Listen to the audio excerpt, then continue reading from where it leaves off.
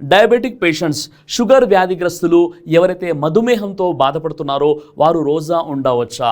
సోదరులారా, ఈరోజు మధుమేహం, డయాబెటిక్ అనేది సర్వసాధారణమైనటువంటి విషయమే. మరి అలాంటప్పుడు డయాబెటిక్ పేషెంట్స్ రోజా ఉండవచ్చా? లేక రోజా ఉండనట్లయితే ఏదైనా కఫారా చెల్లించాలని చాలామంది ప్రశ్నిస్తున్నారు. అయితే ఈరోజు మనం చూసినట్లయితే డయాబెటిక్ అనేది చాలా సర్వసాధారణంగా మారిపోయింది. ఈ డయాబెటిక్ చూపించి నేను రోజా ఉండలేకపోతున్నాను అని చెప్పడం సమంజసమైనటువంటి విషయం కాదు. అయితే డయాబెటిక్ అనేది ఎన్ని రకాలు, దీనికి సంబంధించినటువంటి వివరంగా ఈ వీడియోలో మనం తెలుసుకుందాం. ఎవరైతే షుగర్ పేషెంట్స్ ఉన్నారో ఈ పవిత్ర రంజాన్లో వారు ఉపవాసాలు పాటించాలి అనుకుంటున్నారో అలాంటి వారు ముందుగా డాక్టర్ని కన్సల్ట్ అవ్వాలి. సాధారణంగా షుగర్ అనేది రెండు రకాలుగా ఉంటుంది. ఒకటి టైప్ 1 డయాబెటీస్, రెండు టైప్ 2 డయాబెటీస్. టైప్ 1 డయాబెటీస్లో కొంతమంది ఇన్సులిన్ తీసుకుంటారు. టైప్ 2 డయాబెటీస్లో ఇన్సులిన్ తీసుకోవాలా లేదా కేవలం టాబ్లెట్సే వాడాలనేది షుగర్ లెవెల్స్ని బట్టి డాక్టర్ గారు నిర్ణయిస్తారు. కాబట్టి డయాబెటీస్ పేషెంట్స్ ఎవరైతే ఉన్నారో వారు ఉపవాసాలు ఉండాలి అనుకున్నప్పుడు డాక్టర్ గారిని సంప్రదించాలి.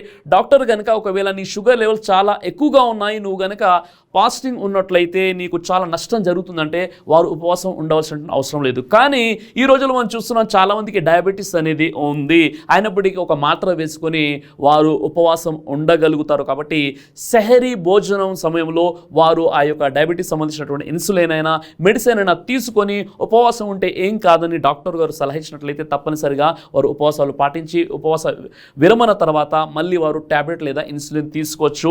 ఏదేమైనప్పటికీ డాక్టర్ గారిని సంప్రదించి ఉపవాసాలు పాటిస్తే చాలా మంచిది. ఈ విధంగా తమ వ్యాధితో బాధపడుతూ రంజాన్ మాసంలో ఉపవాసాలు ఉండలేకపోతున్నటువంటి వ్యాధిగ్రస్తులకు సంబంధించి ఖురాన్ ఏముంటుందంటే, ఖురాన్లో సూర బకరా నంబర్ 2 ఆయతం 185లో వ్యాధిగ్రస్తులు మరియు ప్రయాణంలో ఉన్నటువంటి వారు తమ ఉపవాసాలను మిగతా రోజుల్లో పూర్తి చేసుకోవచ్చు అని అల్లాహ్ సుబ్హానహు వ తఆలా తెలియజేస్తున్నాడు. కాబట్టి ఎవరైతే డయాబెటీస్తో బాధపడుతున్నారో వారు డాక్టర్ని కన్సల్ట్ అవ్వాలి. డాక్టర్ గనక మీరు ఉపవాసాలు ఉన్నట్లయితే మీ యొక్క షుగర్ లెవెల్స్ మరింతగా పెరిగిపోయి మీకు మీ యొక్క ఆరోగ్యానికి చాలా ప్రమాదం అని చెప్పినట్లయితే ఉపవాసం ఉండాల్సినటువంటి అవసరం లేదు. ఒకవేళ డాక్టర్ గారు గనక మీరు 30 రోజుల బదులు మీరు 2 రోజులు ఉపవాసం ఉండి 2 రోజులు మానేయండి, మళ్ళీ 2 రోజులు ఉండి 2 రోజులు మానేయండి, లేదా ఈ నెల మొత్తంలో మీరు ఒక 10-15 ఉపవాసాలు పాటించవచ్చు అని డాక్టర్ గనక మీకు సలహా ఇచ్చినట్లయితే మీరు 30 రోజుల బదులు కనీసం 10-15 రోజులైనా ఉపవాసం ఉండేటటువంటి ప్రయత్నం చేయండి. ఫత్వా ఇస్లామియా 2/192 ప్రకారంగా ఎవరైతే ఉపవాసాలు కొన్ని ఆరోగ్య సమస్యల వల్ల ఉండలేకపోతున్నారో వారు ఆ తర్వాత ఉపశమనం పొందిన తర్వాత వారి యొక్క వ్యాధి తగ్గుముఖం పట్టిన తర్వాత వారు నెక్స్ట్ రంజాన్ వరకు ఎప్పుడైనా తమ ఉపవాసాలను వారు కొనసాగించవచ్చు. ఒకవేళ డాక్టర్ కనుక మీ షుగర్ లెవెల్స్ చాలా ఎక్కువగా ఉన్నాయి, మీరు రోజా ఉండడం వల్ల మీ ఆరోగ్యానికి చాలా ప్రమాదకరం అంటే మీరు రోజా ఉండాల్సినటువంటి అవసరం లేదు, మీరు కఫారా చెల్లించాల్సిన అవసరం లేదు, మీరు ఫిదియా చెల్లించాలి. కఫారా అనేది కేవలము రోజాలో భార్యతో సంభోగం చేసినటువంటి వ్యక్తికి మాత్రమే కఫారా అనేది ఉంటుంది. ఎవరైతే అనారోగ్యం కారణంగా ఉపవాసాలు ఉండలేకపోయారో వారు ఫిదియా చెల్లించాలి. ఫత్వా ఇస్లామియా 2/197 ఎవరైతే తమ అనారోగ్యం కారణంగా ఉపవాసం ఉండలేకపోయారో వారికి ఫిదియా ఏంటి, ఎలా చెల్లించాలి? ఫత్వా ఇస్లామియా 2/192-193 చూసినట్లయితే ఎవరైతే అనారోగ్యం కారణంగా వ్యాధితో బాధపడుతూ ఉపవాసాలు ఉండలేని పక్షంలో వారు తమ ఉపవాసాలను మిగతా రోజుల్లో ఎప్పుడైతే వారు ఆరోగ్యవంతులు అవుతారో అప్పుడు వారి యొక్క ఉపవాసాలను మిగతా రోజుల్లో పాటించాలి. లేదా మిగతా రోజుల్లో కూడా వారు అనారోగ్యంగా ఉన్నట్లయితే అంటే దీర్ఘకాలిక వ్యాధులతో బాధపడుతున్నట్లయితే ఎల్లప్పుడూ అనారోగ్యంగానే ఉండేటటువంటి వారు ఎవరైతే ఉన్నారో వారు తమ రోజాకు బదులుగా ఫిదియా చెల్లించాలి. అంటే ఒక ఉపవాసానికి బదులుగా ఒక మిస్కీన్, ఒక పేదవాడికి వారు ఒక పూట భోజనం పెట్టాలి. అంటే 30 ఉపవాసాలు గనక ఆ వ్యాధిగ్రస్తుడు వదిలివేసినట్లయితే 30 మిస్కీన్లకు 30 మందికి అతడు పేదవారికి భోజనం పెట్టాలి. లేదా ఒకే పేదవాడికి 30 పూటలైనా భోజనం పెట్టవచ్చు, లేదా 30 రోజులకు సరిపడే భోజనాన్ని కూడా తనకి ఏర్పాటు చేయవచ్చు. ఫత్వా అల్-లజ్నా అద్-దాయిమా 10/198 ప్రకారం కొంతమంది ఉలమాల ప్రకారం ఆదాస అంటే అనాజ్ కూడా ఇవ్వవచ్చు. సాధారణంగా అనాజ్ అనేది 1300 గ్రాముల నుండి 1500 గ్రాములు అవుతుంది. అయితే ఇదన్నీ చేసే బదులు కనీసం ఒక మిస్కీన్కి ఒక పూట భోజనం తినిపించినా సరిపోతుంది. ఫత్వా ఇస్లామియా 2/192 93 మెజారిటీ ఉలమాల ప్రకారంగా ఒక ఉపవాసాన్ని మీరు వదిలివేసినందుకు ఒక మిస్కీన్కి ఒక పూట భోజనం తినిపిస్తే సరిపోతుందని చెప్పారు. ఇది ఎవరి కోసం? ఎవరైతే తమ అనారోగ్యం కారణంగా ఉపవాసాలు ఉండలేకపోతున్నారో, దీర్ఘకాలిక వ్యాధులతో బాధపడుతున్నటువంటి వారికి సంబంధించినటువంటి ఫిదియా ఇది. షుగర్ పేషెంట్లు ఉపవాస స్థితిలో ఇన్సులిన్ తీసుకుంటే ఉపవాసం అనేది భంగం అవుతుందా?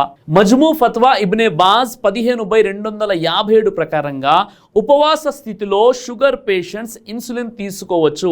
అయితే వారు తీసుకునేటటువంటి ఇన్సులిన్ ఏదైతే ఉందో అది న్యూట్రిషన్ లేదా శక్తిని కలిగించేటటువంటి ద్రవమై ఉండకూడదు. సాధారణంగా షుగర్ వ్యాధితో బాధపడుతున్న వారు తీసుకునేటటువంటి ఇన్సులిన్లో పోషకాలు, న్యూట్రిషన్, శక్తిని, బలాన్ని చేకూర్చేటటువంటి అలాంటి పదార్థాలు ఏవి ఉండవు. అందులో వ్యాధికి సంబంధించినటువంటి డ్రగ్ మాత్రమే ఉంటుంది. కాబట్టి ఇన్సులిన్ తీసుకోవడం ద్వారా ఉపవాసం అనేది భంగం అవ్వదు.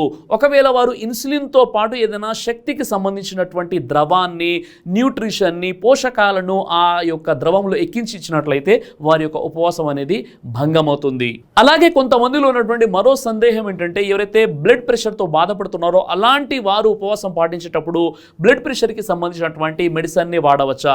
క్యా రోజే కే హాలత్ మే బ్లడ్ ప్రెషర్ కే దవాయా ఇస్తమాల్ కర్ సక్తే క్యా అని చాలా మంది అడుగుతూ ఉంటారు. ఫత్వా అల్ లజ్నా 10/252 నుండి 253 ప్రకారంగా ఉపవాస స్థితిలో రక్తపోటుతో బాధపడుతున్నటువంటి వారు మందులు ఉపయోగించవచ్చు. కానీ ఆ మందులు నోటి ద్వారా కడుపులోకి వెళ్ళేటటువంటి ఆ మాత్రలు ఆ బిల్లల అయి ఉండకూడదు. అలా కాకుండా వారు ఇంజెక్షన్ ద్వారా, గ్యాస్ ద్వారా ఆ యొక్క మందుల్ని వాడవచ్చు. అంటే ఐవి లేదా ఐఎన్ ద్వారా ఆ యొక్క మందుల్ని ఉపయోగించవచ్చు ఇంజెక్షన్ల రూపంలో. కానీ ఎవరైతే ఆ ఇంజెక్షన్లలో బలానికి సంబంధించినటువంటి, న్యూట్రిషన్కి సంబంధించినటువంటి, పోషకాలకు సంబంధించినటువంటి ఏదైనా ద్రవం అందులో కలిసినట్లయితే వారి యొక్క ఉపవాసం అనేది భంగం అవుతుంది.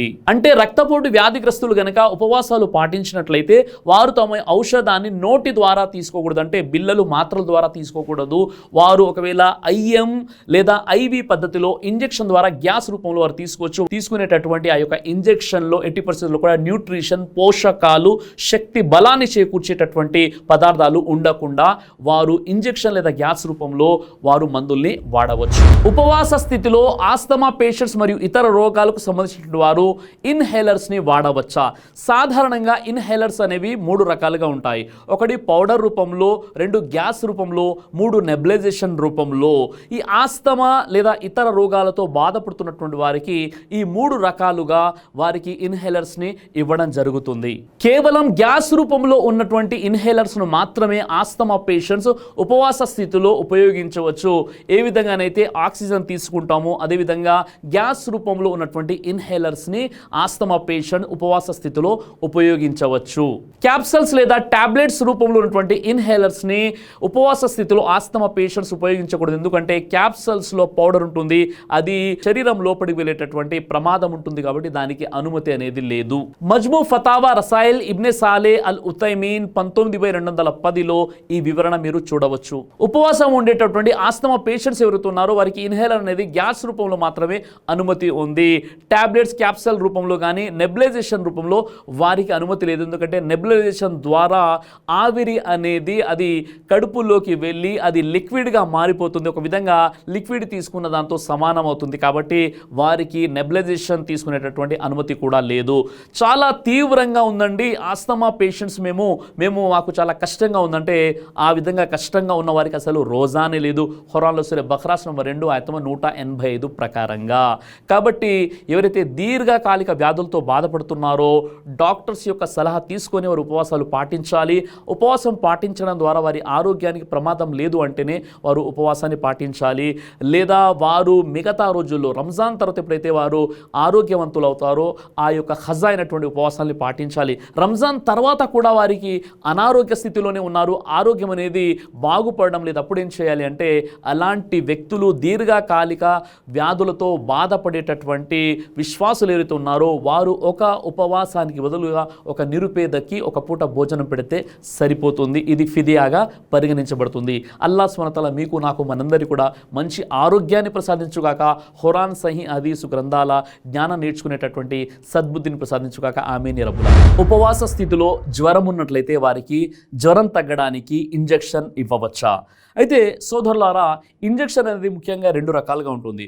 ఒకటి ఐఎం అంటే ఇంట్రామస్క్యులర్ ఇంజెక్షన్. దీనిని సాధారణంగా కండ ద్వారా శరీరంలోకి ఈ ఇంజెక్షన్ని ఇంజెక్ట్ చేయడం జరుగుతుంది. ఇక రెండవది ఐవి అంటే ఇంట్రావీనియస్ ఇంజెక్షన్. దీనిని నరాల ద్వారా శరీరంలోకి ఆ మందుని ఎక్కిస్తారు. అయితే సాధారణంగా ఉపవాస స్థితిలో ఎవరైనా జ్వరానికి గురైనట్లయితే వారు ఐవి లేదా ఐఎం పద్ధతిలో ఇంజెక్షన్ తీసుకోవచ్చు. కానీ ఆ ఇంజెక్షన్ అనేది అది న్యూట్రిషన్ లేదా బలాన్ని చేకూర్చేది, శక్తిని చేకూర్చేదిగా ఉండకూడదు.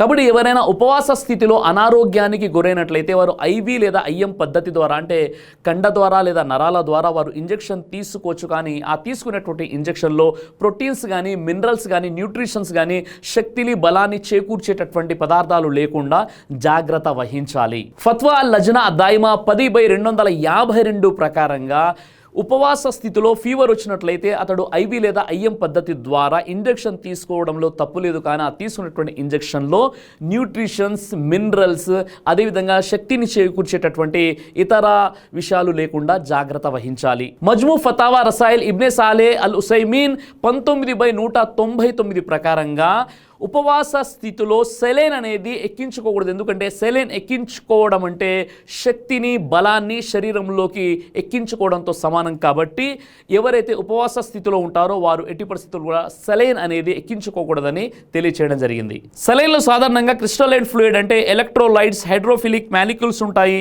ఇవి శరీరానికి బలాన్ని చేకూర్చుతాయి. కాబట్టి ఉపవాస స్థితిలో సెలైన్ ఎక్కించుకోవడం నిషిద్ధంగా చెప్పడం జరిగింది. ఒక ముస్లిం ఉన్నాడు, ఉపవాసం ఉండాలి అని అనుకున్నాడు. కానీ అతనికి తీవ్రమైనటువంటి ఫీవర్ ఉంది, టెంపరేచర్ ఎక్కువగా ఉంది. ఏం చేయాలంటే ఖురాన్ అంటుంది, ఖురాన్లో సూరా బఖరా నంబర్ 2 ఆయత 185 ప్రకారంగా వ్యాధిగ్రస్తులు ఎవరైతే ఉంటారో వారికి మినహాయింపు ఉంది. మిగతా దినాలలో వారు తమ రోజాను పూర్తి చేయాలి. అలాంటి వ్యక్తికి అసలు రోజానే లేదు. అయితే అలా కాదండి, నేనైతే ఉదయమో రోజా సంకల్పం చేసుకుని సహరీ చేసుకున్నాను, కానీ మధ్యాహ్నం వరకు ఫీవర్ ఎక్కువగా అయిపోయింది. ఏం చేయాలంటే అలాంటి వ్యక్తి ఇంజెక్షన్ తీసుకోవడంలో తప్పు లేదు, ఐవి లేదా ఐఎం పద్ధతిలో. కానీ తీసుకునేటటువంటి ఇంజెక్షన్ ఏదైతే ఉందో ఆ డ్రగ్ కేవలం జ్వరానికి మాత్రమే పనిచేయాలి. అలా కాకుండా అందులో మినరల్స్, న్యూట్రిషన్స్, అదేవిధంగా శక్తిని ఇచ్చేటటువంటి బలాన్ని చేకూర్చే విధంగా ఆ ఇంజెక్షన్ ఉండకూడదు. అలా అయితే అతని రోజా అనేది భంగం అవుతుంది. కాబట్టి అల్లాహ్ సుబ్హానహు వ తఆలా మీకు, నాకు, మనందరికీ కూడా మంచి ఆరోగ్యాన్ని ప్రసాదించుగాక. ఆమీన్ యా రబ్బుల్ ఆలమీన్.